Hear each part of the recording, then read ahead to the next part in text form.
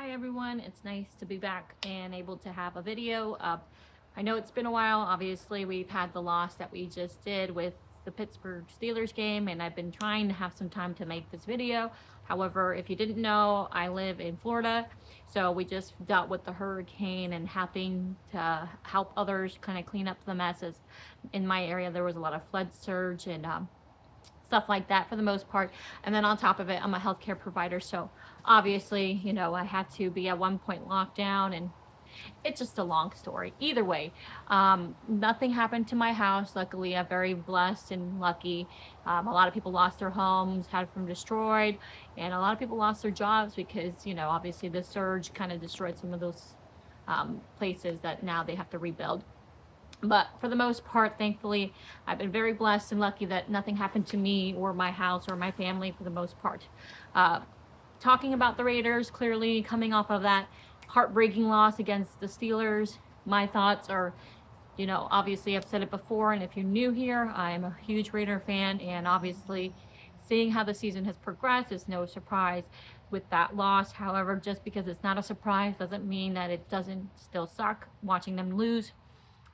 Do I think Justin Fields was a better team with the Steelers? Absolutely not. I don't think watching Justin Fields was impressive enough. I feel that, like I've said it before, we've been outcoached and outmatched by coaching decisions and stuff like that. Uh, I do like Aiden O'Connell. I think he played very well. A lot of mistakes both ends of the team. Not one team played clean. Defense made a lot of turnovers, not turnovers, but made a lot of mistakes with penalties that continued to encourage their drive.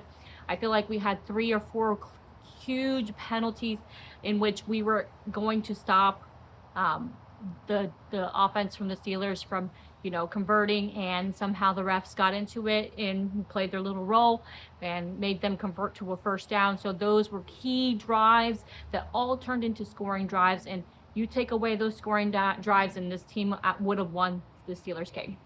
Other takeaways, obviously, there was the fumble at the 1 yard line, unacceptable.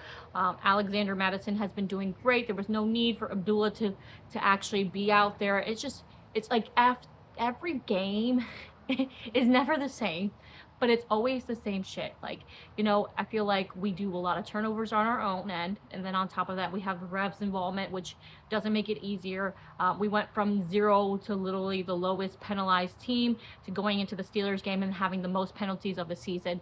Just make that make sense to me. I don't understand that. It's just very frustrating at this point, because seeing how well the offense did on the first drive and then seeing the rest of the quarters just to have some flat out dried.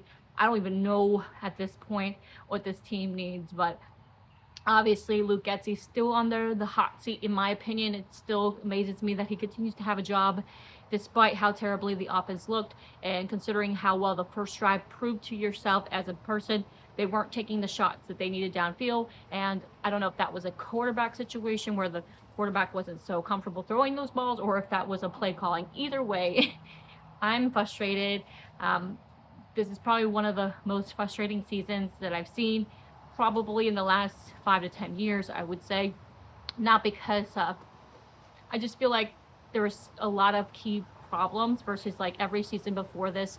It's either defense wasn't doing good or offense wasn't doing good. But when we generally play terribly consistently after week as a group, it makes me very frustrated to watch these games. Obviously, I'm still going to watch them and be there to watch them and just put myself through that mental torture. However, we do have a game that I'm going to actually go to the Allegiant Stadium, and at this point I found tickets. I'm hoping that they're legit, not a scammer. PSL owner that normally has 6, that magically perfectly I need 3. We're going to be there hopefully to watch the Chiefs game, and I'm hoping that, do I expect us to beat the Chiefs? Absolutely not. If we can't beat the Steelers, we can't beat the Broncos. I mean, it's just stuff like that. I don't expect to go out to have us be a home game against the Chiefs and win. I'm hoping that we're at least going to give them a battle where it's going to be enjoyable to watch as a fan versus be a blowout like the Steelers game was. And I feel bad for any of those fans who were out there that paid money to watch this team look so terrible. And I think in one of the clips you see Max Crosby saying to one of the fans out in the stands, says, "We'll do better," like apologizing.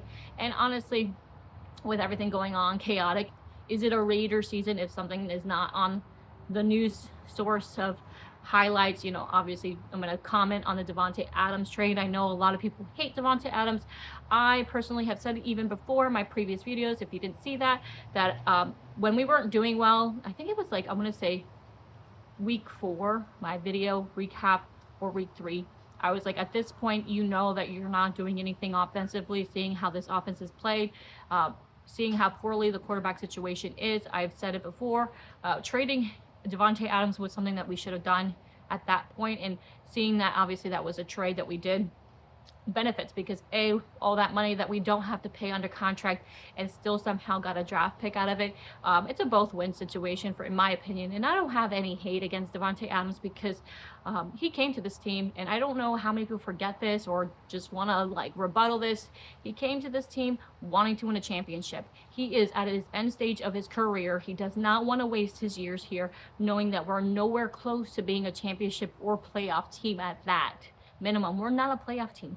So for him, does he want to end as a Raider, knowing that he's never going to see another playoff team again or playoff run in his life? I don't think so. And at the same time, as Raider fans, do we want to have somebody that is going to cost us so much money being underutilized, especially with no quarterback? This is year two with no quarterback, and we kind of failed Devante Adams in that aspect, that we didn't bring that quarterback in the offseason to kind of elevate this team. They brought Gardner Minshew, and that was not anything remote as an upgrade in comparison to Aiden O'Connell. So it's kind of tough, as obviously I love Devante Adams. I would love him to stay on the team. However, at the same time, from a business aspect and as a fan aspect, I don't want somebody that doesn't want to be on the team, number 2. And then number 2, if we can get a value out of it, where we lost no value, we had no value with Derek Carr, letting him and his contract let go of, that was just the waste, because we could have gotten at least something out of that in draft picks and something to move up in the higher in the draft, especially considering that this year going into the draft, we're going to be looking obviously for a quarterback if there is a situation where we're not in that top 5 contender for that spot. Obviously, there's a lot of games to be played, so whether we're the first team to get the draft, the first draft pick, it's just hard to say. Even then, just accumulating as many picks as you can, because when you aren't in that top 5 or top 10 to be able to pick a quarterback, it's going to make it very difficult, like we did the previous years, not able to pick somebody up. So either way, business both ends. I think that was amazing that we got to get out of his contract, more cap space. Hopefully in the offseason we can bring other players back into this team, and hopefully we kind of rebuild at this point. If anything, it just proves we're in a rebuild mode now. Obviously Max Crosby, in his mentality, he does not want to see us as rebuild, because his mentality is, I want to win. I don't care what everybody else is, and I respect that, because he wants his mentality. Even when we're losing, we could be 0 wins, his mentality is, I'm going to win every game. And I respect that as a fan. As a player, he has that Kobe mentality that, I'm going to give myself 110%, and if we're not winning games, I'm not happy. I don't care if everybody is tapped out on us. This team is continue. I'm going to give it myself 100%. So obviously I love seeing that, knowing that, I think some people mistake that as, I don't want to be on this team if it's just going to be a rebuild team. I think his mentality is more like, I don't see this as a rebuild, because everybody else thinks like, we can just do whatever, like let the season go. And his mentality is like, I'm gonna give myself 110%. I'm gonna put it, because in his mind, I think that's the other thing that a lot of people who are players don't see, is that there's people up in those stands that spend hundreds, some thousands of dollars to watch this team, and especially be a Raiders team, like Raider fan, to pay out there to watch this team play. And especially me, I'm going to be paying not crazy a lot, because I luckily found hopefully a real true deal as tickets for Sunday's game against the Chiefs. But it's expensive. I mean, I don't know if anybody's been to the Allegiant Stadium, and doesn't have ticket owners or know anybody that hooks them up with tickets. The fees alone for Ticketmaster, I was looking at them, it's like 100 something plus on top of each ticket price. That's including each ticket. So it's just ridiculous, honestly, how much these people charge. So I'm hoping that whoever I reached out to is legit. I'm hoping those tickets are legit, because I love watching this team, even if It's terrible, and it pains me because, you know, as a team, as a fan, we're gonna ride it out. I mean, this is not the worst season that I've seen, or not even the worst season. I wouldn't even want to say, I think it's the worst season for all of us because of all the assets we have built to this team, and seeing them not produce is kind of disappointing. However, I will say, watching Jamarcus Russell for the time that he was our quarterback, probably top one or two, top few years of like the worst seasons of watching as a Raiders fan. I do think there's still hope for this team to win games throughout the season. However, like I said in previous videos, do we continue to win games, or they're just, you know, you continue to win games for what purpose? Because at this point, we're not considered a playoff team. Even if we do get to playoffs by some miracle, is it worth putting all those wins onto our win column to just end up being lower on the draft? It's hard to say. Obviously, again, like I said before, it's nice to watch us play and, you know, see those highlights, so there's still some hope.